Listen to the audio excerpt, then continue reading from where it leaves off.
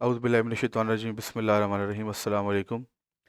भट्टी gold master में हम आपको खुशामदीद कहते हैं। जैसा कि वीकली बेस के ऊपर हम अपनी एक बैक टेस्टिंग करते हैं कि पूरे वीक में जो भी इनगल्फिंग स्ट्रेटजी के ऊपर हमने एंट्रीज ली हैं या जो भी एंट्री मार्केट में बनी है, हम उसका एनालिसिस करते हैं। और यहाँ पे आप लोग किस तरीके के ऊपर ट्रेड करते हैं, कैसे सेटअप आपका होता है, ये आपको एजुकेशनल कंटेंट है और इसमें आपको ये इन्फॉर्मेशन प्रोवाइड की जाती है। और सबसे ज़रूरी बात ये कि आप इससे कितना फ़ायदा ले सकते हैं। ये इनगल्फिंग जो स्ट्रैटेजी है, जो सबसे सिंपल और बहुत ही एक यूनिक स्ट्रैटेजी है। वैसे तो मार्केट में बड़ी बड़ी स्ट्रैटेजी हैं जिसमें प्राइस एक्शन हो गया, एसएमसी हो गया, आईसीटी हो गया, इवन देन वॉल्यूम स्ट्रैटेजी है। तो और इसी तरह ये एक इनगल्फिंग स्ट्रैटेजी है। इनगल्फिंग में मार्केट में आपने कोई ट्रेंड नहीं देखना होता, जस्ट आपने ये देखना होता है कि जहाँ पे भी इनगल्फिंग बनती है और उसके बाद वहाँ पे वो अपना एक्सपेरिमेंट जोन पूरा करती है। पूरा करने के बाद ये जो कुछ हमारी टर्म एंड कंडीशन है जिसको हम फॉलो करके अपना H1 का एक सेटअप बनाते हैं और उसके ऊपर फिर ट्रेड लगाते हैं। और इसमें जो आपको एक बताने की जो बात ये है कि जो H1 है ये एक सिंपल एक इनगल्फिंग होती है। इसमें ये अपना एक जब ये जोन में बनती है, जोन के आप लेवल ड्रा कर लेते हो, उससे कम से कम 8 से 10 जो कैंडल्स हैं एक्सपेरिमेंट जोन, इस जोन से बाहर बाहर वो पूरा करती हैं। वो पूरा करने के बाद जब वो इस एरिया में टैप करती है तो यहाँ से मार्केट उसको रिस्पेक्ट देती है। तो हम इस हवाले से अल्हम्दुलिल्लाह हमने 3 वीक की जो 3 वीक थे हमने उनकी वीडियोस अपलोड की हैं। और उसमें हमारे टोटल 15 ट्रेड थी और 15 ट्रेड में से 2 एसएल थे। तो इसी तरह जनाब, आज का जो ये सैटरडे है आज, और आज 22 फरवरी 2025 है, तो मैं ये वीडियो अपलोड कर रहा हूँ आपको दिखाने के लिए। बहुत ही शॉर्ट वीडियो है। आप क्योंकि पहले मैंने लेंथी वीडियो इसलिए बनाई थी ताकि आपको थोड़ी इसकी रूटीन के पता चल जाए कि हमने वीडियो कैसे बनानी है, किस तरीके से बनानी है। तो अभी इंशाल्लाह जो अभी हमने सेटअप बनाया हुआ है, यहाँ पे हमारी 10-15 मिनट या 20 मिनट की हद है वीडियो होगी और इसमें इंशाल्लाह हम बताएंगे। और फिर स्पेशली हम यहाँ पे एक फ्री जो इनगल्फिंग मेथड के ऊपर जो स्ट्रैटेजी पूरी है इसको भी हम अपलोड करेंगे। तो चलें जी, हम अब स्टार्ट करते हैं कि 17 तारीख को ये देखें, ये 12 की डेट को बना हुआ था। 12 फरवरी को ये एक इनगल्फिंग बनी थी। उसके बाद मार्केट ने यहाँ से रिस्पेक्ट दी और ऊपर चली गई। और उसके बाद जब ये मार्केट आई है तो मार्केट देखें, ये वैसे तो 15 फरवरी को भी आ गई थी मार्केट और दोबारा उसने उसी एरिया को दोबारा टैप किया 17 फरवरी को। और यहाँ से फिर मार्केट उठी। एरिया यही है सेम आपके सामने, ये मैंने कोई और नहीं लगाया हुआ। सिंपल आपको ये बताया कि H1 की इनगल्फिंग की पावर कितनी है। मैंने यहाँ पे कोई फ़िल्टर नहीं किया हुआ। मैं सिंपल आपको ये बताना चाह रहा हूँ कि H1 के ऊपर अगर आप लोग ट्रेड करते हो, ऐसे लोग जो लोग ट्रेडिंग करना चाहते हैं या ऑलरेडी लोग ट्रेड कर रहे हैं, उनको समझ नहीं आती कि वो ट्रेड को या किस स्टेप को किस तरीके से अपना एक इनिशिएटिव लें, उनका फर्स्ट स्टेप क्या होना चाहिए। तो भाई जी, फर्स्ट स्टेप आपका ये है कि आपने लर्निंग करनी है। अगर आप स्टार्टिंग में ही अर्निंग के पीछे पड़ गए तो आपने जो सीखा हुआ है वो भी चला जाएगा। वैसे तो हम अल्हम्दुलिल्लाह एडवांस लेवल की ट्रेडिंग करते हैं, वीएसए को भी ऐड करते हैं बीच में, और वीएसए की हमारी रूटीन के ऊपर 2 से 3 ट्रेड्स हमारी रूटीन बेस के ऊपर निकल जाती हैं। लेकिन कम से कम आपको ये बताना चाह रहा हूँ कि जो H1 का सेटअप है वो जब अपने एरिया में आता है तो वहाँ पे अपना एक्सपेरिमेंट जोन को पूरा करने के बाद वहाँ पे वो किस तरह की स्ट्रैटेजी बनाता है और सेटअप बना के वहाँ पे यहाँ पे हमारे सिर्फ और सिर्फ बाय लिमिट्स और सेल लिमिट्स लगती हैं। और यहाँ पे देखें, ये एक हमारी एक एंट्री है जो मंडे को भी ये प्ले हुई है और सेम है, इसने यहाँ पे अपनी रिस्पेक्ट दी है। यहाँ से जब मार्केट गई है तो उसने यहाँ पे भी एक इनगल्फिंग बनाई है जिसको स्टिल मैंने ये ब्लैकआउट किया हुआ है ताकि यहाँ पे अभी तक मार्केट आई नहीं है। ये हमारे एरियाज वैलिड हैं, ये भी वाला एरिया वैलिड है और उसके बाद फिर दोबारा ये वाला जो एरिया है, ये दोनों एरिया मेरे वैलिड है। मैंने इसको अभी तक ब्लैकिश किया हुआ है ताकि नेक्स्ट जो इंशाल्लाह वीक आएगा उसमें हम इसके ऊपर ट्रेड करेंगे। ये फ़िलहाल तो ये स्टिल हमारे जोन वैलिड है और उसके ऊपर फिर वहाँ पे देखेंगे नेक्स्ट मंडे से। अच्छा, एक ट्रेड हमारी ये थी जी, यहाँ से उसने माशाल्लाह से बड़ी अच्छी ट्रेड दी है। और अब अगर आप देखें तो यहाँ से अगर इस बंदे ने होल्ड की हो तो ये 2880 से जिस बंदे ने भी ट्रेड ली होगी, तो अभी देखें उसने जो 29 53 54 55 ये एरिया उसने टैप किया है। तो अगर 0.01 की ट्रेड हो तो भाईजान अगर देखें तो $70 कम से कम बनते हैं एक छोटी सी ट्रेड से। लेकिन ये पेशेंस आपको डेवलप करना पड़ता है, ये पेशेंस आपको बनाना पड़ता है। और उसके बाद हमारे पास एक ये एरिया था, यहाँ पे हमारी एक सेल इनगल्फ थी, ये हमारी दूसरी ट्रेड थी। अब इस ट्रेड को लगाने का पर्पस ये नहीं है कि हर चीज़ आपको यहाँ पे एक एक चीज़ या हाथ से लगाई या ट्रेड कीजिए। आप ये ले आगे एरिया में आ गई है, आप यहाँ से ट्रेड लगा लें। तो ये दिलेरी, ये हिम्मत आप लोगों ने खुद करनी है। ये जो डर डर खौफ होता है ना कि मार्केट क्या करेगी, वैसे अगर मार्केट में आप छेड़छाड़ करोगे तो नुकसान उठाओगे, अगर किसी लेवल के ऊपर प्ले करोगे और उसके साथ जो आप उस हिसाब से प्ले करोगे तो वो आपको अच्छी रिस्पेक्ट देगी। अगर यहाँ पे मैं एडवांस लेवल की बात करूँ तो एडवांस लेवल में भी यहाँ पे काफ़ी चीज़ें थी जो मैं वो आपके सामने यहाँ पे मैं डिस्क्लोज़ नहीं कर रहा। मैं सिंपल सिंपल एक इनगल्फिंग के मेथड के ऊपर ये बता रहा हूँ कि engulfing as a POI point of interest मैं आपको दिखा रहा हूँ कि यहाँ पे मार्केट ने क्या रिस्पेक्ट दी है। अब जो ट्रेड टू थी हमारी, यहाँ पे ये इनगल्फिंग बनी, इसने यहाँ पे ये उसने अपना एक्सपेरिमेंट जोन पूरा किया और जब उस एरिया में आई तो आप देख लें कि उसने यहाँ से 29.15 से मार्केट नीचे गिरी है और पहला ही उसने जनाब जो है ना 29.10 तक टारगेट दिया है। मतलब कि आपका जो एक H1 के सेटअप के ऊपर टारगेट होता है वो 50 पिप का टारगेट होता है, 30 पिप का इसका SL होता है। और उस हिसाब से अगर आप देखें तो इसने एक ही कैंडल ने आपको टारगेट दे दिया, लेकिन अगर आप इसको सेकंड वाली कैंडल या इसको अगर मज़ीद आप देखते हैं तो ये कम से कम ये 9 तक गई है और ये जो रेड कैंडल है जो मैंने एनगल्फिंग को मार्क की हुई है ये 6 तक गई है। तो ये आपके ऊपर डिपेंड करता है कि आप किस ट्रेड को किस तरीके के ऊपर लेके चलते हो। मैं आपको ऑलरेडी पहले बता चुका हूँ और बताता रहता हूँ बार बार अपनी हर वीडियो में आपको ये चीज़ बताता हूँ ताकि आप लोगों को ये गाइडलाइन मिले, आप लोगों को अंडरस्टैंडिंग हो कि हमने ट्रेड किस तरीके से कौन सी होल्ड करने वाली है हमारी और कौन सी हमारी लॉन्ग टर्म चलने वाली है। अगर आप विद इन जो ट्रेंड के साथ आप चलते हैं, अगर आपकी ट्रेड अगर आपका जो ट्रेंड है जो बड़ा टाइम फ्रेम है वहाँ पे बुलिश है तो आप लोगों ने बुलिश एंट्री को कोशिश करनी है कि आप ब्रेक इवन करें और उसको होल्ड करें। ताकि अगर ये देखें यहाँ से अगर ट्रेंड इसका बुलिश चल रहा था, यहाँ से अगर किसी ने एंट्री होल्ड की होती तो स्टिल उसने अच्छा टारगेट दिया होता। अब बात ये आती है कि सेल वाली एंट्री में देखें कि उसने 60-70 पिप दिए हैं तो मतलब 6-7 पॉइंट उसने टारगेट दिया है। तो यहाँ पे क्यों? क्योंकि अगेंस्ट द ट्रेंड ये ट्रेड थी। तो अगर अगेंस्ट द ट्रेंड भी आपको इतना मार्जिन दे रही है तो आपका डे का टारगेट पूरा है, क्योंकि अगर आप अपने ट्रेड को डिसिप्लिन करके चलेंगे, डिसिप्लिन हिसाब से चलेंगे तो आपको फ़ायदा होगा। आपको पता होना चाहिए कि आपने ट्रेड किस टाइम करनी है। आपने लेवल मार्क कर दिए, मार्क करने के बाद आपने अगर वहाँ पे ऑर्डर्स नहीं लगाए तो जब वहाँ पे उस एरिया में मार्केट आएगी आती है उसके करीब करीब आती है तो आप कोशिश करें कि अपने आप को अटेंटिव रख लें ताकि जब इस एरिया में आए आने के साथ क्या करें आप अपने ऑर्डर्स लगा दें। अगर आप क्योंकि ये जो एक्सपेरिमेंट होता है या बंदे का जो कॉन्फिडेंस होता है मार्केट में डील करने का ये टाइम के साथ आता है। कभी भी ऐसा नहीं होता कि आप कहें कि बस आपने एक दिन सीखा है दूसरे दिन आप अप्लाई करना शुरू कर दें आपको रिजल्ट मिलना शुरू हो जाएंगे। तो इनगल्फिंग स्ट्रैटेजी को लोग गलत भी यूज़ करते हैं जिससे वो अभी भी हो सकता है स्टिल प्रॉफिटेबल ना हो। और कुछ ऐसे भी लोग हैं जो एडवांस चीज़ें लेके भी बैठे हुए हैं लेकिन उनको अभी तक समझ नहीं आ रही कि हमने ट्रेड लेनी कैसी है करनी कैसी है और स्टिल भी वो लास्ट में हो। तो ये कुछ ट्रेड मैनेजमेंट होती है, कुछ मनी मैनेजमेंट होती है, रिस्क मैनेजमेंट होती है। ये चीज़ों को फॉलो करने के बाद आप किसी सेटअप के ऊपर आते हो उसके बाद मतलब ये इसके पीछे काफ़ी सारी लर्निंग होती है। ऐसे नहीं होता कि आप लोग अचानक से ही जो है ना प्रॉफिट में आना शुरू हो जाओ। अगर आप अचानक से प्रॉफिट में आना शुरू हो जाओगे तो फिर तो ये काम तो बहुत आसान है। दिखने में ये आपको बहुत आसान लगता है लेकिन इसके पीछे बहुत मेहनत करनी पड़ती है, बड़ा टाइम लगता है। वैसे तो ओवरऑल देखा जाए तो अगर कोई बंदा सीख लेता है तो उसके लिए ये बहुत ही आसान काम है, कोई इतना मुश्किल काम नहीं है। देखिए ना सिस्टम के ऊपर बैठ के इंटरनेट हो, आपके पास एंड्रॉयड मोबाइल हो, अगर आपके पास सिस्टम नहीं भी है तो फिर भी आप ट्रेडिंग व्यू की एप्लीकेशन प्ले स्टोर से डाउनलोड करके उसको इस्तेमाल करके आप अपने लेवल लगा सकते हो और वहाँ से अपनी बाय सेल की ट्रेड्स को कंटिन्यू कर सकते हो। लेकिन अगर आप लोग ये ये भी नहीं चाहते कि हम लोग जी सीखना भी नहीं चाहते, तो अगर आप सीखना नहीं चाहते तो आप लोग कोशिश करें कि आप ट्रेडिंग करना छोड़ दें, क्योंकि ये बगैर सीखे के ये ट्रेडिंग का काम है ही नहीं। और अगर सीख के करोगे तो आपको प्रॉफिट होगा, अगर बगैर सीखे करोगे तो नुकसान उठाते रहोगे। तो कोशिश करें खुदारा अपने पैसे बचाएं, अपने आप को सेव रखें और अगर ट्रेड करते भी हैं तो रिस्क को हमेशा फॉलो करें और SL और TP के साथ चलें।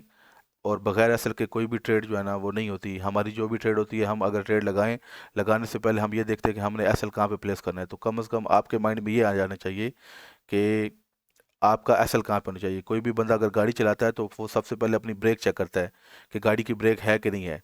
तो ये एसएल ये आपकी एक अकाउंट की एक ब्रेक होती है जो आपको डिटेक्शन कर देती है कि अगर आप आपके अगेंस्ट चल रही है तो वो एक पॉइंट के ऊपर कट जाए और आप लोग मार्केट से आउट हो जाएं।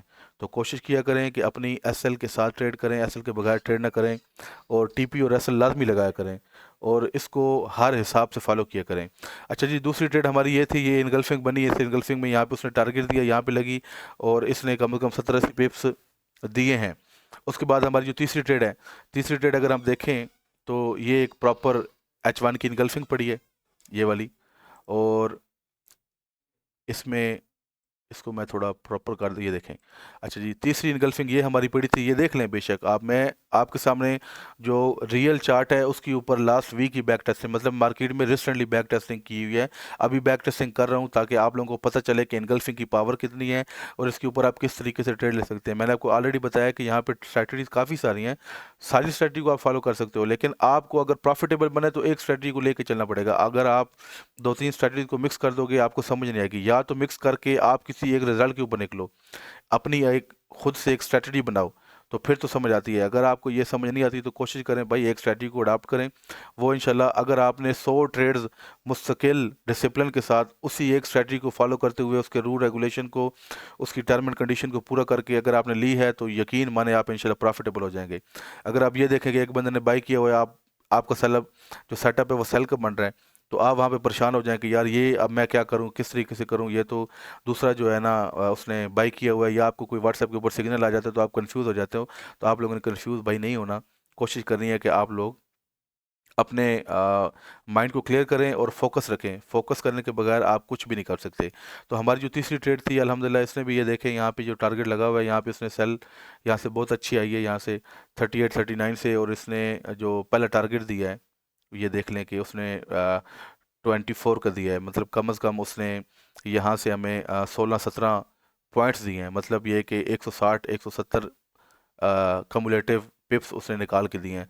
तो ये बहुत ही अच्छी चीज़ें हैं और बहुत ही सेटअप के साथ आपके साथ और प्रोफेशनली ये वर्क करती हैं। और ये एडवांस किस्म की स्ट्रेटजी है, ये नहीं है कि कोई तुक्का स्ट्रेटजी है, इसमें भी एडवांस लेवल की लर्निंग है बीच में। अगर आप सिर्फ H1 की इनगल्फिंग को देख रहे हैं, इसमें आगे बहुत कुछ देखना पड़ता है और भी काफ़ी सारी चीज़ें। जैसे जैसे आप एडवांस होते जाएंगे आपको चीज़ें समझ आना शुरू हो जाएंगी। लेकिन मैं यहाँ पे सिर्फ H1 की इनगल्फिंग मार करके आपको बताता हूँ ताकि आप लोगों को पता चले कि इसमें पावर कितनी है और आप इससे कितना अच्छा रिजल्ट ले सकते हैं। अच्छा जी, ये हमारी तीसरी ट्रेड थी। उसके बाद ये देखें कि ये जो इनगल्फिंग बनी है ये वाली, यहाँ पे उसने अपना जोन पूरा नहीं किया, बल्कि मैं आपको ये दिखा देता हूँ कि यहाँ पे एक मरतबा मार्क कर दूँ ताकि क्या वाकई ही इसने सेटअप पूरा दिया है। 8 से 10 कैंडल होनी चाहिए, उसके बाद देखते हैं कि जी क्या उसने टारगेट दिया है कि नहीं दिया। मैं यहाँ पे मैं यहाँ पे देख लेता हूँ, इसको मैं मार्क कर देता हूँ। अच्छा जी, यहाँ पे ये आई इसने 1 2 3 4 5 6 7 8 8वीं कैंडल दिया, मतलब ये हमारा एक्सपेरिमेंट जोन पूरा था। ये देख लें, मतलब फोकस किए तो ये भी एक ट्रेड निकल आई, ये भी उसने दिखा दिया। आई होप सो कि ये मैंने वैसे ट्रेड यहाँ पे नहीं ली थी कुछ मसरूफियात की वजह से, और यहाँ पे आई थिंक सो उस दिन गलबन नेट भी डाउन था, उस वजह से ये हमें नज़र से हमारी नहीं आई। और यहाँ पे देखें कि ये ऑलरेडी यहाँ पे इसने यहाँ पे टैब किया इस कैंडल ने 29-30 से, और मार्केट ने टारगेट क्या दिया जी 40 का, मतलब 100 पिप्स चली है, मतलब 10 पॉइंट का इसने मूव दिया है। तो ये चौथी ट्रेड होगी जी अगर आप इसको थोड़ा देखें तो। और ऑलरेडी जो यहाँ पे मेरी वीडियोस देखते हैं उनको पता है कि ये ट्रेड ये वैलिड है कि नहीं वैलिड, वो आपको इंशाल्लाह ये जब आप वीडियोस देखेंगे बैक टेस्टिंग की तो आपको पता चल जाएगा। और बैक टेस्टिंग देखा करें जी, ये भट्टी गोल्ड मास्टर आपके लिए ये रूटीन बेस के ऊपर वीकली बैक टेस्टिंग करके आपके लिए अपलोड करता है ताकि आप लोग इसको देखें और अपने नॉलेज को इंक्रीज़ करें और अपनी जो मेहनत है उसको भी थोड़ा बढ़ाएं। अच्छा ये जी हमारी यहाँ पे मैं इसको ये लगा देता हूँ, मार्क कर देता हूँ कि ये जो हमारी ट्रेड है ये हमारी ट्रेड होगी चौथी। ठीक है जी। अच्छा ये चौथी हो गई है। उसके बाद मार्केट ने क्या किया, मार्केट डाउन आई, डाउन आने के साथ उसने दोबारा यहाँ पे एक इनगल्फिंग बनाई। ठीक है जनाब, ये सॉरी ये देख लें, उसने यहाँ पे इनगल्फिंग बनाई। इनगल्फिंग बनाने के बाद मार्केट क्या किया, मार्केट ऊपर चली गई। ऊपर जाते सार उस मार्केट ने यहाँ पे अगर देखा जाए तो यहाँ पे इनगल्फिंग बनाने के बाद मार्केट ऊपर चली गई। उसने अपना एक्सपेरिमेंट जोन पूरा किया। एक्सपेरिमेंट जोन पूरा करने के बाद जब मार्केट इस एरिया में आई तो मार्केट ने यहाँ से बहुत अच्छी रिस्पेक्ट दी है। 24 से मार्केट उठी है और मार्केट ने जो पहला टारगेट दिया है जो वो 46 का दिया है। मतलब ये है कि मार्केट ने यहाँ से 18 पॉइंट्स 180 पिप्स का मूव दिया है इस इनगल्फिंग से। तो आप देख सकते हैं कि आपकी जो ट्रेंड, अब मैं आपको एक देखें ना, समझदार के लिए अक्लमंद के लिए निशानी होती है। अब जो अब ट्रेंड मार्केट का बुलिश चल रहा है और जो भी मैंने बाई की एंट्री ली है उसने बनिस्बत सेल के ज़्यादा पॉइंट्स दिए हैं। तो इसको भी थोड़ा फोकस किया करें कि ट्रेंड की जो ट्रेड है वो हमें ज़्यादा टारगेट दे रही है और अगेंस्ट द ट्रेंड जो ट्रेड है वो बमुश्किल से उसने अपने टारगेट जो एक इनगल्फिंग की स्ट्रैटेजी की जो एक लिमिट होती है सिर्फ वो दे रही है, बाकी वो कुछ नहीं दे रही। तो इसको भी थोड़ा देखा करें। तो यहाँ पे मार्केट ने हमारी जो पांचवी ट्रेड थी ये चली, चलने के बाद यहाँ से मार्केट उठी है। तो जब यहाँ पे ये ऊपर गई थी तो यहाँ पे इसने एक इनगल्फिंग बनाई थी, ये वाली। ये अभी वो एरिया वैलिड था। जब मार्केट यहाँ से नीचे आई है, ड्रॉप हुई है, उसके बाद मार्केट ने यहाँ पे काफ़ी टाइम यहाँ पे सस्टेन किया है और उसने अपना एक्सपेरिमेंट जोन पूरा किया है। फिर क्या हुआ कि ये वाली मार्केट में ये वाली जो कैंडल बनी थी, इसके बाद ये जो रेड बनी हुई है जो ऊपर विग लगी हुई है, ये ऊपर गई। ऊपर लगने के बाद यहाँ पे एरिया में जब उसने टैप किया, टैप होने के साथ ही बड़ी बुरी तरह यहाँ से इसने रिजेक्शन दी है, 49 से गिरी है। और ये मार्केट जी ने जनाब जी 27 तक एक ही कैंडल H1 की कैंडल ने, एक ही कैंडल ने वहाँ से उसने अपना टारगेट दिया। मतलब ये कि उसने यहाँ से हमें 200 प्लस पिप्स का टारगेट दिया। अगर मैं इन्हीं पिप्स को कैलकुलेट करूँ, जो आप देख रहे होंगे कि जी व्हाट्सएप के ऊपर आपको डेली मैसेज आते हैं जी कि आज हमारी टुडे हमने इतने पिप्स जो है ना वो उठाए हैं, ये किया है वो किया है। तो उनके पीछे आप लोगों ने एवं नहीं जो है ना चले जाना, कोशिश करनी है कि अपने टारगेट को लेके चलना है। अगर आपने अपना डिसिप्लिन मेंटेन रखा ना तो इंशाल्लाह देख लीजिएगा, एक स्ट्रेटजी को भी अगर आप पकड़ लेते हो ना तो, और आपने अपने डिसिप्लिन के साथ उन चीज़ों को फॉलो किया, टीपीएसएल बेशक लगाते रहें, कोई इशू नहीं है। अगर आपकी 3 जोन में आती है, तीनों जोन को टैप करती है या दो को टैप करती है, एक ट्रेड को टीपी के ऊपर क्लोज कर दें, एक को जो है ना आप होल्ड कर दें और वो उसको ब्रेक इवन कर दें, तो वो आपको टारगेट दे सकती है, बड़ा अच्छा टारगेट दे सकती है। और यहाँ पे अगर आप, मैं अभी आपको दिखाऊं तो यहाँ पे माशाल्लाह से हमारी 6 ट्रेड बन रही हैं और 6 के 6 हमारे टीपी हो रहे हैं। यहाँ पे हमारा एसएल नहीं हो रहा। मैंने बीच में एक ट्रेड लगवाई थी, गलबन ये जो 5वें नंबर के ऊपर ट्रेड थी लड़कों को, और मैंने उसको फ़िल्टर किया था। फ़िल्टर करने के साथ मुझे यहाँ पे M15 में 2 जोन मिले। तो मैंने क्या किया कि जो ऊपर वाला जोन था वो मुझे ज़्यादा स्ट्रॉन्ग लग रहा था, क्योंकि वहाँ पे H1 का जो एसवीजी एरिया भी था। तो मैंने वहाँ से एक बाई लिमिट ली और बिल्कुल छोटा सा एसएल 29 और 27 का मैंने एरिया दिया था और 25 का मैंने एसएल दिया था। मतलब 2 पॉइंट का मेरा एरिया था और उससे 2 पॉइंट नीचे मेरा एसएल था। वो मैंने कुछ दोस्तों को दिया था और मार्केट ने क्या किया कि वहाँ से मार्केट ने एसएल उठाया और एग्जैक्टली जो 24-25 का एरिया था जहाँ पे हमारा एसएल पड़ा हुआ था, वहीं से मार्केट उठ गई। अगर देखा जाए तो H1 का पूरा जोन था, लेकिन उस पूरे पूरे जोन को भी मैंने फ़िल्टर किया था, फ़िल्टर करके 5 मिनट के अंदर में लेके आया था, जिसकी वजह से मेरा एसएल हुआ। तो कोशिश करनी है आप लोगों ने कि जो आप H1 की मार्किंग कर रहे हैं उसमें आप लोगों ने H1 को ही फॉलो करना है। बताने का मकसद ये है आपको, एसएल मैं इसलिए बता रहा हूँ कि यहाँ पे ये मेरी मिस्टेक थी। मार्केट ने अपना टारगेट दिया है, जो मेरे दूसरे दोस्त थे जिन लोगों ने ट्रेड ली है उन लोगों ने यहाँ से टारगेट अचीव किया है और मेरे यहाँ पे एसएल हुआ था, क्योंकि मैंने यहाँ पे उसको फ़िल्टर किया। फ़िल्टर करने के साथ, क्योंकि जो जब मैंने फ़िल्टर किया तो वहाँ पे 2 इनगल्फिंग बनी थी, दूसरी जो नीचे वाली इनगल्फिंग थी मार्केट ने वहाँ पे टैप किया, टैप करने के साथ मार्केट उठ गई। तो इट्स माय मिस्टेक।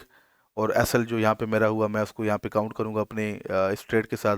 लेकिन जो according to H1 engulfing strategy के मुताबिक यहाँ पे टीपी हुआ, क्योंकि अगर मैं पूरे जोन को मार्क करूँ तो लास्ट जोन इसका 21 का बनता है और 21 से अगर मैं देखूँ तो मेरा जो एसएल है वो 17 का बनता है। तो उस वजह से यहाँ पे हमारा टीपी नहीं हो सका, क्योंकि यहाँ पे जोन बड़ा बन रहा था। उस बड़े जोन की वजह से मैंने उसको फ़िल्टर करने की कोशिश की थी और जिसकी वजह से हमारा एसएल हो गया। तो SL is a part of trading. तो एसएल से आप लोगों ने घबराना भी नहीं है। अगर एसएल होता है तो आपको अल्हम्दुलिल्लाह करना चाहिए, क्योंकि एसएल ये जो मार्केट है, क्योंकि आप देख लें कि यहाँ पे मार्केट कुछ भी कर सकती है। तो कुछ भी करने से पहले अगर आपके एसएल और टीपीज लगे होंगे तो आप मार्केट में बचे रहेंगे। तो जी आप देख लें कि ये हमारी H1 स्ट्रैटेजी के हिसाब से टोटल 6 ट्रेडें बनती हैं और अल्हम्दुलिल्लाह 6 की 6 यहाँ पे वैसे तो टीपी हिट हो रहे हैं। इसमें मेरा एक एसएल है तो मैं यहाँ पे 5 काउंट करूँगा। तो इस वीक की मेरी 5 ट्रेडें बन रही हैं और एक मेरा एसएल है। टोटल 6 ट्रेडें थी, 6 ट्रेडों में मेरी अपनी मिस्टेक की वजह से मैंने यहाँ पे एक एसएल लिया और 5 मैंने टीपी लिए। तो इसको आप लोग खुद अंदाज़ा लगा लें कि ये मार्केट में कितना वर्क करती हैं और कितने अच्छे तरीके से यहाँ पे मार्केट अपने टारगेट्स देती है। तो कोशिश करें कि जो लोग नए लोग हैं और वो लोग फॉरेक्स ट्रेडिंग को सीखना चाहते हैं वो भट्टी गोल्ड मास्टर से रब्ता करें, हमारे दिए गए व्हाट्सएप नंबर के ऊपर रब्ता करें। हमारा यकम रमज़ान से लाइव फिज़िकल क्लासेस का आगाज़ हो रहा है, जिसमें हम इंशाल्लाह प्राइस एक्शन, जिसमें स्ट्रक्चर पढ़ाया जाता है और फिबोनाची पढ़ाई जाती हैं, कैंडल्स पैटर्न पढ़ाए जाते हैं और इसमें इनगल्फिंग पढ़ाई जाती है। इवन देन इसमें मैं एडिशनल बेस के ऊपर इनगल्फिंग स्ट्रेटजी को भी इन्वॉल्व करूंगा और वो भी लोगों को यहाँ पे पढ़ाऊंगा इंशाल्लाह। एसएमसी पढ़ाई जाती है, लिक्विडिटी पढ़ाई जाती है, ऑर्डर ब्लॉक, एफईजी क्या होता है, और साथ में वीएसए पढ़ाया जाता है, और वीएसए का जो एडवांस कंसेप्ट है वो पढ़ाया जाता है। जो लोग हमसे कोर्स करना चाहते हैं वो लोग हमसे रब्ता कर सकते हैं और हमारे इस कोर्स का हिस्सा बन सकते हैं। तो मैं आपसे इजाज़त चाहूँगा। शुक्रिया एंड अल्लाह हाफिज़।